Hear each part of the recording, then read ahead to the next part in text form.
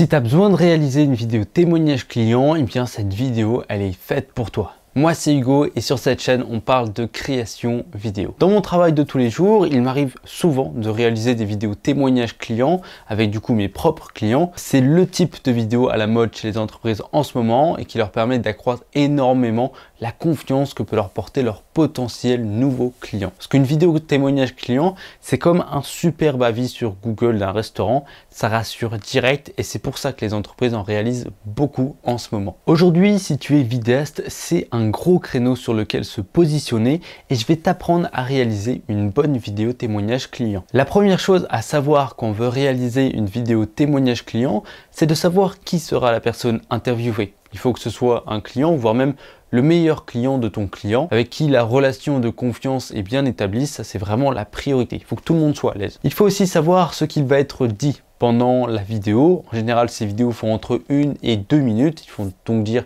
l'essentiel en quelques phrases pour avoir un énorme impact en seulement quelques secondes du coup. Pour ça, on a des phrases et des questions toutes faites dont on parlera à la fin de la vidéo. On va commencer par la préparation du tournage parce que oui, ça se prépare. Donc on va zapper tout ce qui est date et horaire et plutôt s'intéresser à l'éducation de ton client et de son client. Donc moi, ce que je fais dans ce genre de cas-là, c'est que j'organise une petite réunion quelques jours avant le tournage, qui dure à peu près 15-20 minutes, pour expliquer comment ça va se passer pour tourner la vidéo, mais aussi et surtout apprendre à connaître la personne interviewée, ce qu'elle fait, tout simplement sa vie, pour simplement créer un lien de confiance entre elle et moi pour qu'elle soit à l'aise devant la caméra le jour du tournage. On peut aussi pendant la réunion lui transmettre par exemple les questions, mais pas forcément de manière directe. On va plutôt lui parler des sujets qu'on va aborder pour qu'il soit prêt, mais qu'il ne prépare pas ses questions préfaites. Parce que quand généralement il y a des gens qui apprennent des réponses par cœur et ils arrivent au truc du tournage, ils n'y arrivent pas du tout. Il faut que ça soit spontané. Vraiment la spontanéité, il n'y a que ça de vrai et c'est ça qui nous intéresse dans une vidéo. Parce que quand les réponses sont préécrites, bah, ça sent et c'est dégueulasse et les prospects de ton client, bah, ils ont l'impression qu'on se fout de leur gueule et qu'il a juste récité un texte et il n'a pas sorti vraiment ce qu'il pensait de l'entreprise. On ne donne pas les questions, mais on donne plutôt les sujets. Ensuite arrive le jour du tournage. On peut faire un tour, moi je te conseille vraiment de faire un tour des locaux avec ton client et son client pour trouver le meilleur emplacement pour l'interview, pour poser le cadre. Et pendant ce tour-là, on en profite pour discuter, pour se mettre à l'aise, pour mettre à l'aise tout le monde, parce que c'est super important, parce qu'il y a pas mal de personnes qui se bloquent et qui perdent leurs moyens une fois qu'ils sont devant la caméra. Donc il faut savoir vraiment pouvoir avoir ce lien de confiance et cette aisance entre tout le monde, quoi. Une fois le cadre choisi, donc là on installe du coup le matériel, trépied, caméra, première caméra, deuxième caméra, la key light, et si tu as d'autres lumières comme moi, là j'ai une lumière un peu, regarde, hop, là j'ai une lumière là, j'ai ma key light qui est là, tu installes tout. Ensuite tu fais le son. Moi je te conseille d'avoir des micro-cravates ou des micro-canons, mais bon, les micro-cravates c'est le plus rentable pour ce qu'on fait. Moi c'est des Olivier de l'Arc 150, je t'ai fait une petite vidéo dessus je crois. Ouais, je te l'ai mis juste là, c'est vraiment le top pour les interviews. Et une fois que tout est installé, tu vérifies ton son, tu fais tes tests son et si c'est bon, bah, tu peux lancer le rec. Là on va commencer à poser les questions à la personne. Mais tu n'es pas obligé de poser la question et attendre la réponse, puis poser une autre question. Moi, je te conseille vraiment de rebondir, de créer une discussion entre la personne interviewée et toi-même. Si tu as un truc, tu as envie de dire « Ah, ça pourrait être intéressant d'être dit dans la vidéo », bah, tu en parles avec la personne, tu lui poses des questions intéressantes. Ça peut peut-être rajouter 5 à 25 minutes sur le tournage final.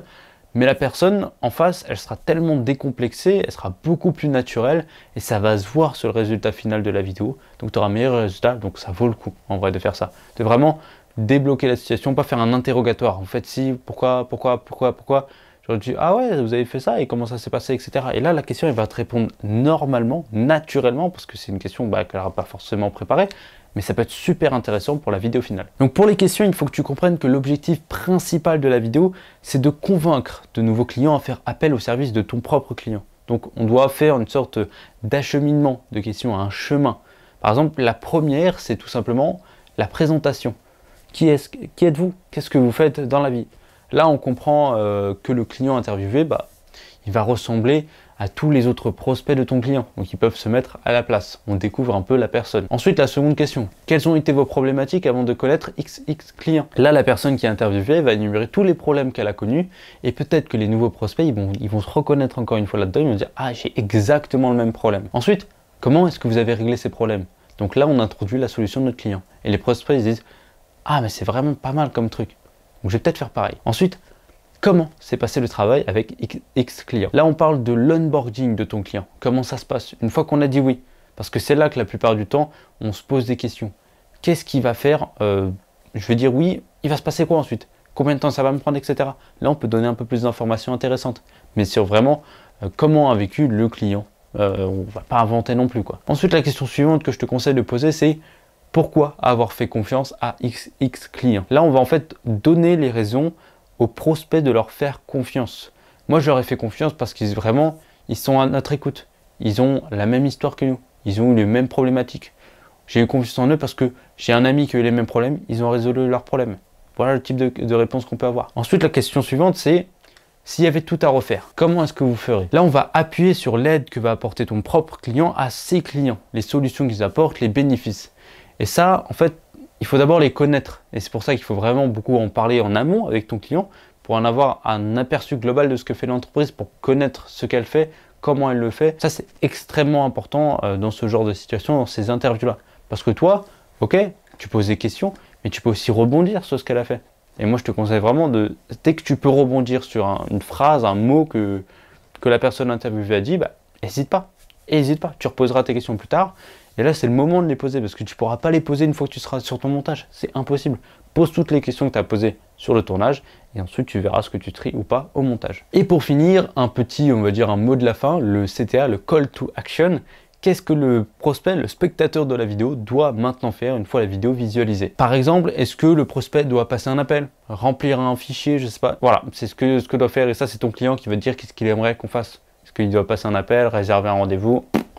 Tu vois ça avec lui. Donc pendant le tournage, c'est nous qui allons, dans la plupart des cas, nous occuper du côté questions, réponses et relance. C'est à nous de faire en sorte que les réponses soient bien sûr les meilleures possibles. Tu peux également t'appuyer sur ton propre client qui connaît son client pour t'aider à créer ce lien de confiance. Moi j'aime bien les avoir tous les deux avec moi. Comme ça, le personne interviewée, elle est tout simplement à l'aise. Et mon client, il sait exactement ce qui doit être dit. Et ça l'inclut dans la vidéo, ça le fait participer activement et du coup il sera beaucoup plus content et joyeux. Et du coup il va dire putain, si un truc il ne plaît pas, il corrige ça sur place pendant le tournage et pas en post-prod. Et là on peut faire une meilleure vidéo. Du coup il sera jamais déçu de la vidéo finale. En tout cas, voilà comment réaliser une vidéo témoignage client. Si tu veux en savoir plus sur le métier de vidéaste, tu peux regarder tous les liens qu'il y a dans la description ou sinon regarder cette vidéo là. Nous on se retrouve tout de suite de l'autre côté. Des bisous, ciao.